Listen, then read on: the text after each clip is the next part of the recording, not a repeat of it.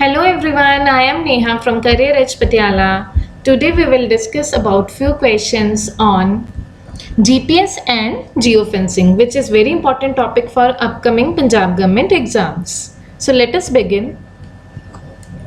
First question is, airplane and boat pilots use GPS for, ठीक है, airplane और boat pilots GPS किसके लिए यूज करते हैं? सबसे पहले तो आपको जीपीएस की फुल फॉर्म पता होनी चाहिए और जीपीएस होता क्या है।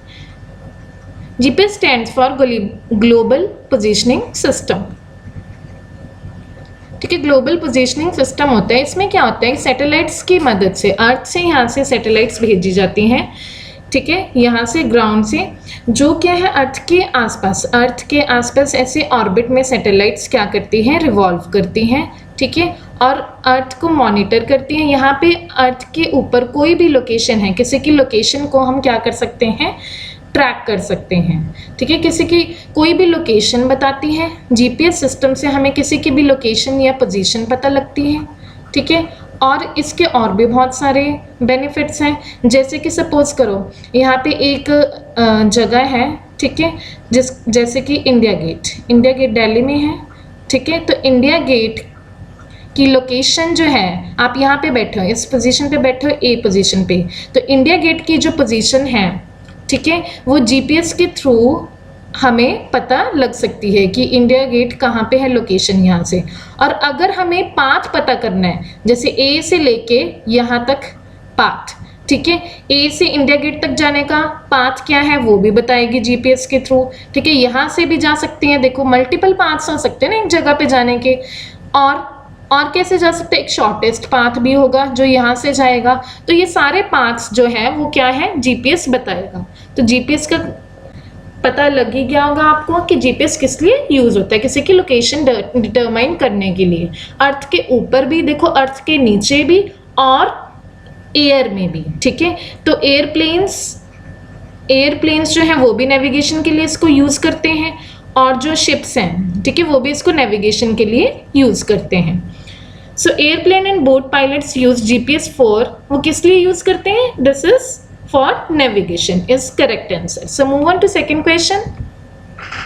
Map makers use GPS. अब जो मैप मेकर्स हैं वो जीपीएस को कैसे यूज करते हैं? देखो आपने गूगल मैप्स वगैरह, ठीक है, जैसे व्हाट्सएप पे भी लोकेशन भेजनी होती है, किसी को मैपिंग होती है, ठीक है, वो जीपीएस, उनमें भी जीपीएस टेक्नोलॉजी यूज होती है लोकेशन सर्च करने के लिए।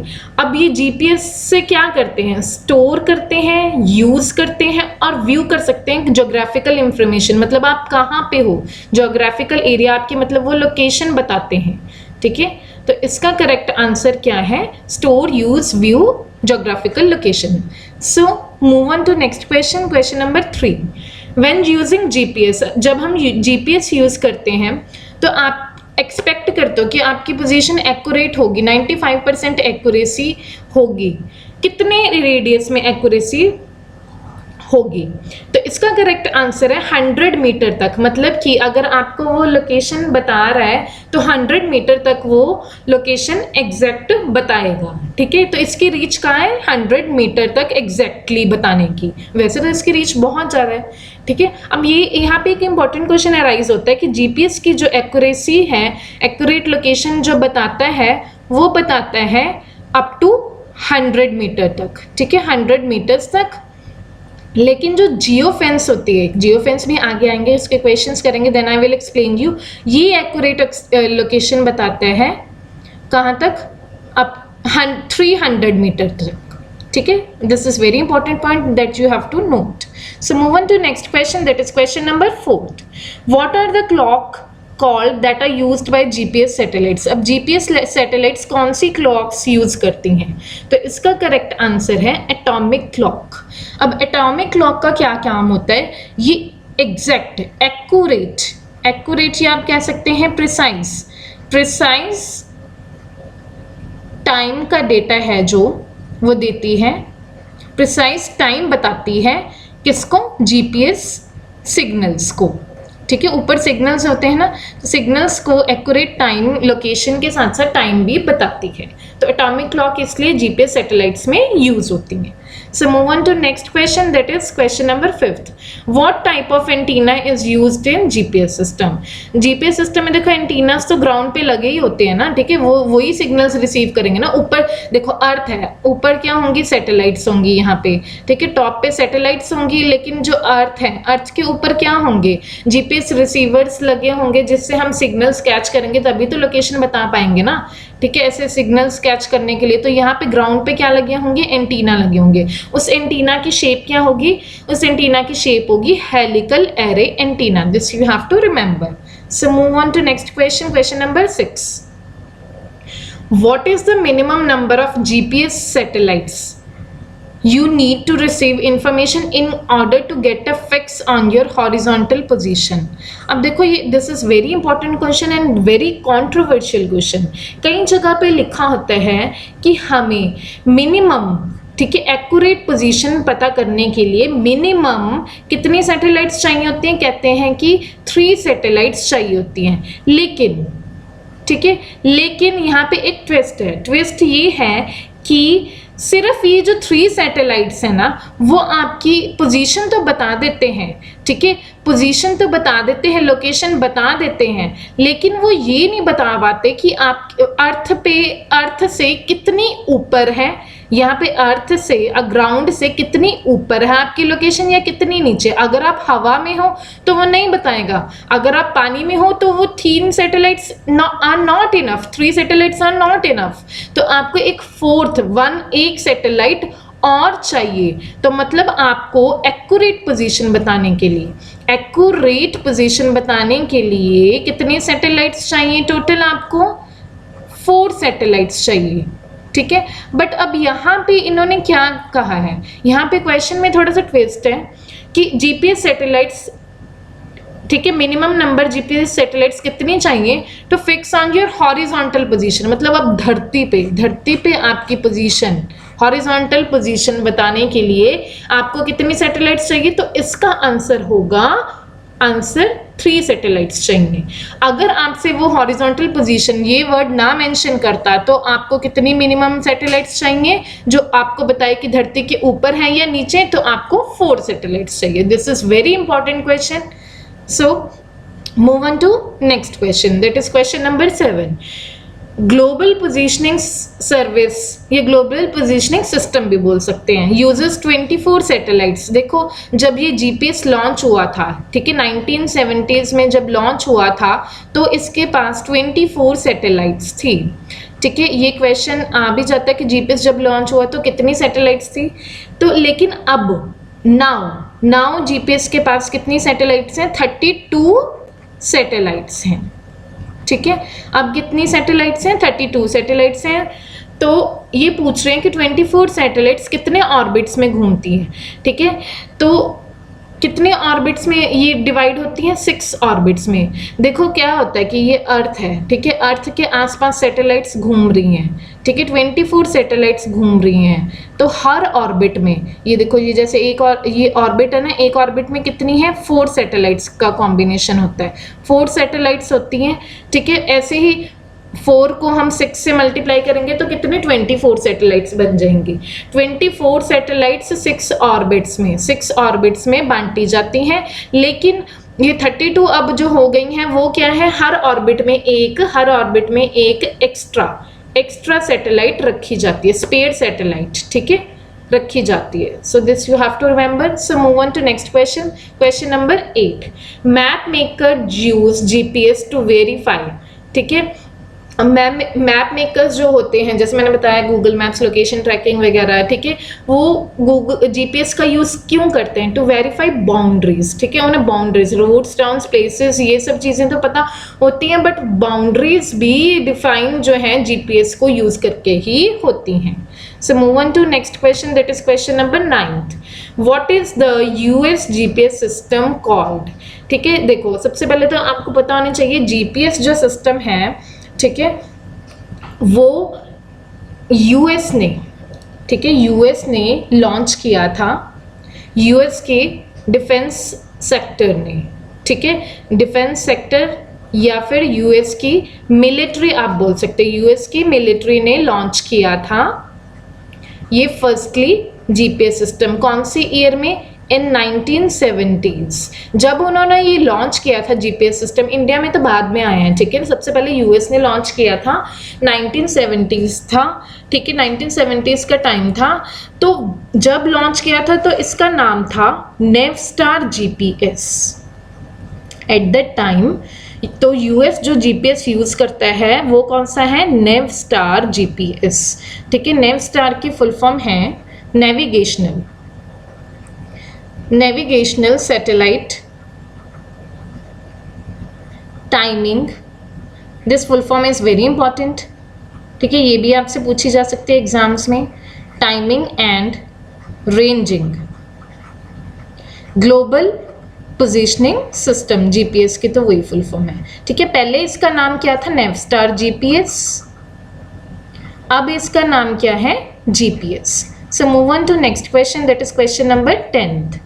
Main components of GPS are, GPS के मेन कंपोनेंट्स क्या होते हैं, ठीक है। पोजीशनिंग, हाँ जी, पोजीशनिंग तो ये बताता ही है, नेविगेशन भी करता है, टाइमिंग भी, एग्जैक्ट मैंने बताया ना, एटॉमिक क्लॉक्स यूज करके टाइमिंग भी बताता है। तो इसका करेक्ट आंसर क्या है? All of these. So move on to next question, that is question number 11th। GPS world wide satellite network consist of. अब जीपीएस में सैटेलाइट्स होती हैं, पहले 24 थी, अब 32 सैटेलाइट्स हैं, ठीक है। तो वो कहते हैं उसमें कितने क्या होते हैं? मॉनिटर स्टेशंस और ग्राउंड एंटीनास होते हैं। देखो थोड़ा सा समझिए, जीपीएस में 3 सेगमेंट्स होते हैं। जीपीएस को डिवाइड किया गया है 3 सेगमेंट्स में। एक होता है स्पेस सेगमेंट, ठीक है, एक स्पेस सेगमेंट होता है, दूसरा होता है कंट्रोल सेगमेंट और तीसरा होता है यूजर सेगमेंट। तो इनमें क्या होता है? स्पेस सेगमेंट में तो सैटेलाइट्स होती हैं, जो मैंने आपको बताया 24 सैटेलाइट्स होती हैं, ठीक है, अब 32 हैं। तो स्पेस सेगमेंट में सैटेलाइट्स होती हैं, ठीक है। तो ये सिग्नल भेजती हैं कहाँ पे? सिग्नल भेजती हैं अर्थ पे, ठीक है। तो कंट्रोल सेगमेंट में क्या होता है? ये सिग्नल्स जो आते हैं स्पेस सेगमेंट से, जो सिग्नल्स आते हैं, ठीक है, उनको मॉनिटर करता है। मॉनिटर करने के लिए कंट्रोल सेगमेंट होता है कि उनको सिग्नल्स को देखने के लिए। तो टोटल इसमें कितने? 6 मॉनिटर स्टेशंस होते हैं और 4 ग्राउंड एंटीना स्टेशंस होते हैं कंट्रोल सेगमेंट में। देखो अब कैसे, 6 मॉनिटर स्टेशंस जो होते हैं उनमें से 5 तो हैं अनमैन्ड कंट्रोल स्टेशंस होते हैं, ठीक है। 5 अनमैन्ड कंट्रोल स्टेशंस होते हैं, जिनका काम क्या होता है? इनका काम होता है ये मॉनिटर करते हैं सिग्नल्स को, जो सैटेलाइट से सिग्नल्स आते हैं ना, उनको ये क्या करते हैं? देखते हैं, ठीक है। फिर वो सारे सिग्नल्स को एक हमारे पास होता है master control station. Master control station के पास ये भेज देते हैं, ठीक है। तो ये मास्टर कंट्रोल स्टेशन के पास भेज देते हैं। अगर कोई एरर वगैरह हो, कोई अनोमली हो, वो चेक करते हैं ये मास्टर कंट्रोल स्टेशन, ठीक है। फिर इस सिग्नल्स को दोबारा क्या है? स्पेस में भेजा जाता है, ठीक है, दोबारा स्पेस में भेजा जाता है। उसके लिए यहाँ पे ग्राउंड पे हमारे सरफेस पे कितने एंटीनास लगे होते हैं? 4 एंटीनास लगे होते हैं, जिसको 4 एंटीना स्टेशंस भी बोला जाता है, ठीक है। तो ये स्पेस सेगमेंट, कंट्रोल सेगमेंट तो आपको क्लियर हो ही गया होगा।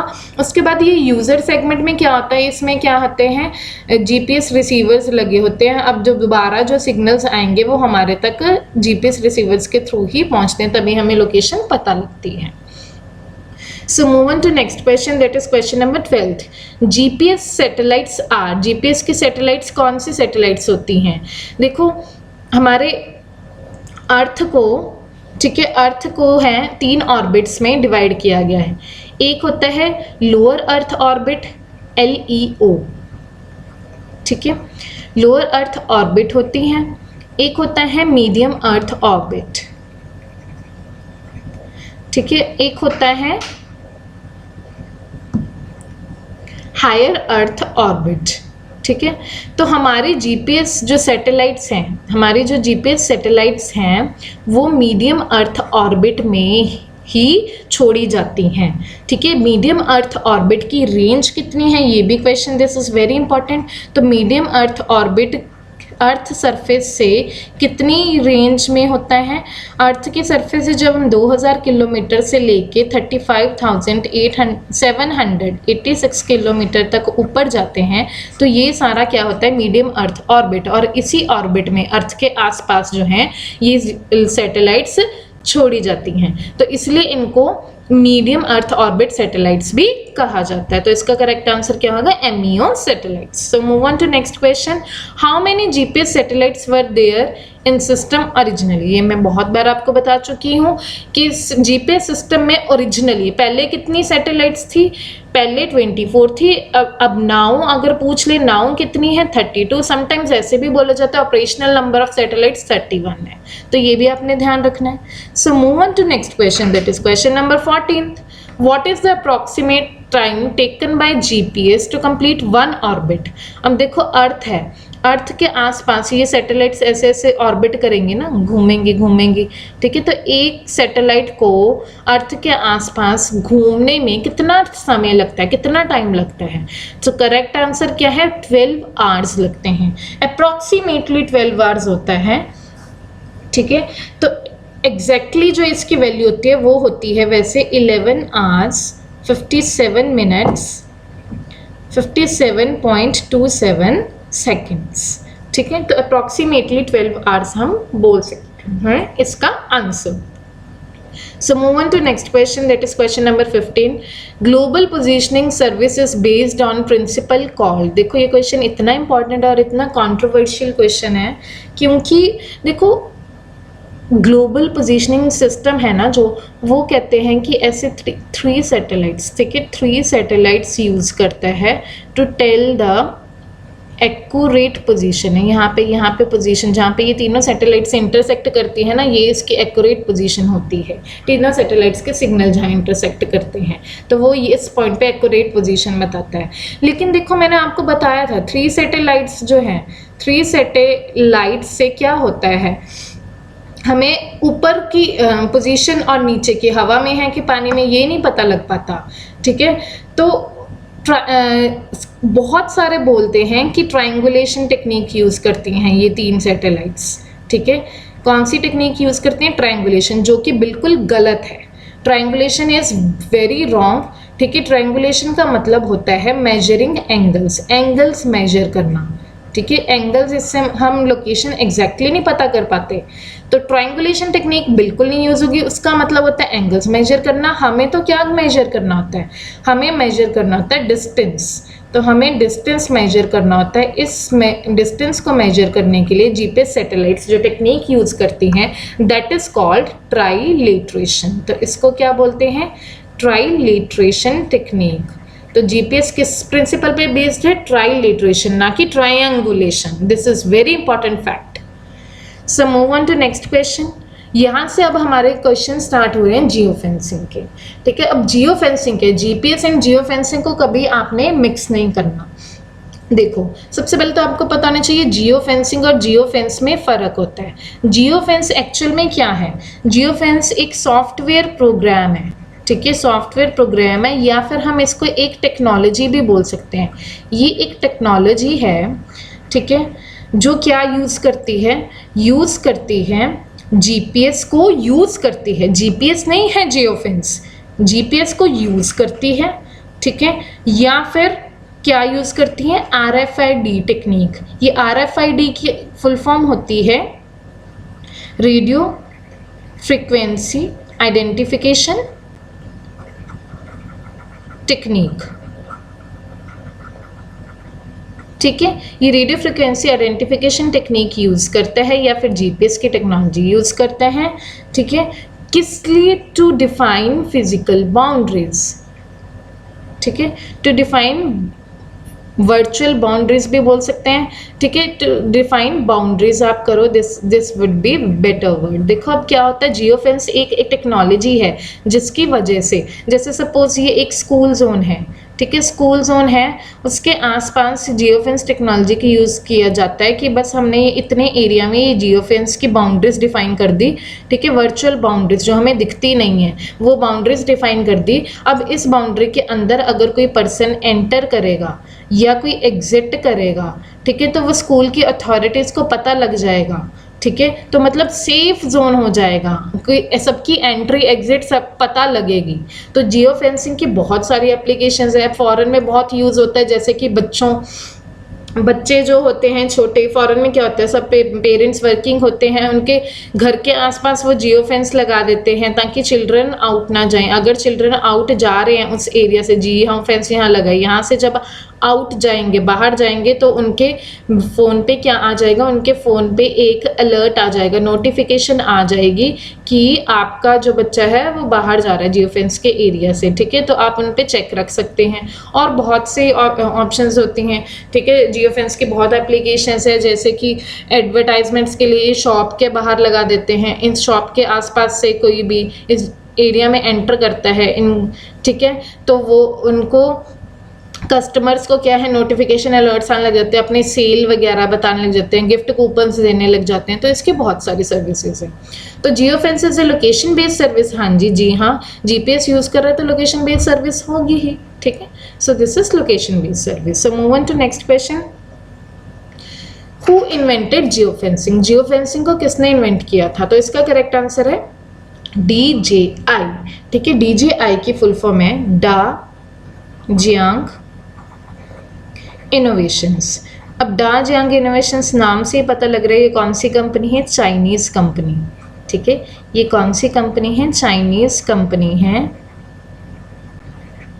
जो ड्रोन मैन्युफैक्चरर कंपनी है। एक्चुअल में ये ड्रोन्स बनाती है। ड्रोन्स क्या होते हैं, ठीक है, जब किसी एरिया को ऊपर से छोटे छोटे वो ड्रोन्स नहीं होते, हेलीकॉप्टर टाइप्स जो उड़ रहे होते हैं, कैमरा से सब देखते हैं, ठीक है। जब लॉकडाउन हुआ था तो ड्रोन्स बड़े यूज़ होते थे कि किसी एरिया में कोई पर्सन बाहर तो नहीं है, ड्रोन्स से देखते थे। तो ये DJI ने जियो फेंसिंग टेक्नोलॉजी इन्वेंट की है, ठीक है। देखो मैंने बताया था जियो फेंस जो है, जियो फेंस एक टेक्नोलॉजी है, ठीक है। जियो फेंस इस टेक्नोलॉजी, जब इस टेक्नोलॉजी को हम यूज़ करते हैं तब उस टेक्निक को, उस मेथड को हम क्या बोलते हैं, तब उस मेथड को हम बोलते हैं geo fencing. So this is the difference between geo fence and geo fencing. So move on to our next question, that is question number 18।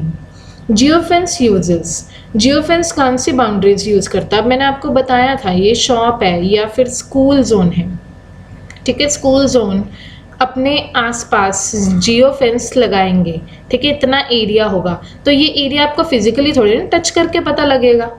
तो ये तो वर्चुअल बाउंड्री हुई जिसको हम टच नहीं कर सकते, ठीक है। वर्चुअल, तो जियो फेंस को ध्यान से सुनिए, ये शॉप के आसपास भी क्या हुई, वर्चुअल बाउंड्री हुई।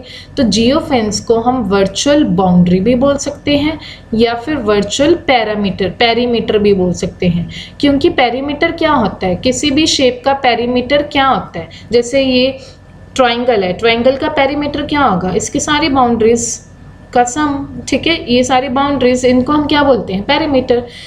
तो ये क्या है, वर्चुअल पेरीमीटर या वर्चुअल बाउंड्री बोल सकते हैं जियो फेंसिंग को। ये फिजिकली हम टच नहीं कर सकते, तो इसका आंसर ये नहीं हो सकता, ये भी नहीं हो सकता है, ये भी नहीं। So move on to next question, that is question number 19th. Disadvantages क्या? अब कुछ ना कुछ यूज़ कर रहे हैं तो जियो फेंसिंग के कुछ ना कुछ डिसएडवांटेजेस तो होंगी। देखो कहते हैं ये टीडियस टास्क का, हाँ जी थोड़ा सा टीडियस टास्क तो है ही है, ठीक है, सारा सेटअप करना पड़ता है, ठीक है। प्राइवेसी कंसर्न, ऑब्वियसली चाइना ने इन्वेंट किए तो प्राइवेसी कंसर्न्स तो होंगे ही, ठीक है। Drain battery fast, obviously battery जल्दी, लोकेशन बेस्ड सर्विस आप अपनी ऑन करोगे तो बैटरी तो जल्दी जाएगी ना। और नोटिफिकेशन अलर्ट आता है, मैंने बताया कोई एंटर होता है, कोई एग्जिट होता है, या सेल कूपन कस्टमर को बताने हैं तो आपको नोटिफिकेशंस आएंगी, ठीक है। जब आपको नोटिफिकेशंस आएंगी तो क्या होगा, अब डिस्टर्बेंस तो होगी ना। तो इसका करेक्ट आंसर क्या है, all of this. So move on to our last question. Geofencing app has been launched by which country? देखो geofencing टेक्नोलॉजी, geofencing जो geofence टेक्नोलॉजी है, ठीक है, वो किसने इन्वेंट की थी, वो DJI ने की थी, जो कि एक चाइनीज़ कंपनी थी, ठीक है। लेकिन जो geofence की ऐप है, जियो फेंस टेक्नोलॉजी यूज़ करके जो ऐप बनाई गई है वो फर्स्टली किस कंट्री ने लॉन्च की है? जी हाँ, हमारी कंट्री इंडिया ने लॉन्च की है। अब इंडिया ने कैसे लॉन्च की है? देखिए, जब कोविड शुरू हुआ था, ठीक है, कोविड शुरू हुआ था तो कोविड-19 आया था, तो सबसे पहला पर्सन कहाँ ट्रैक किया गया था कोविड केस का? केरला में। तो केरला पुलिस ने ये फर्स्ट टाइम ये यूज़ किया था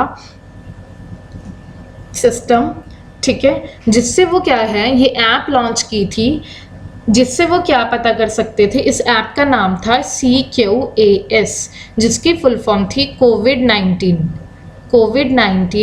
क्वारंटीन अलर्ट सिस्टम, जिससे वो क्या पता लगा सकते थे कि जो भी पर्सन है वो जिसको क्वारंटाइन किया गया है, जिसको कोरोना है, ठीक है, वो क्या कहते हैं, अपनी लोकेशन से, जहाँ इस लोकेशन में उसको क्वारंटाइन कर दिया, उसके घर में, इस लोकेशन से बाहर तो नहीं जा रहा, अगर जा रहा है तो गवर्नमेंट को, जिसको भी अथॉरिटी दी गई थी, उसको क्या है, उसके अलर्ट्स आने लग जाते थे। तो ये जियो फेंसिंग ऐप तब यूज़ हुई थी, ठीक है। और पूछते भी हैं कि कौन सी जियो फेंसिंग ऐप लॉन्च हुई थी, ठीक है।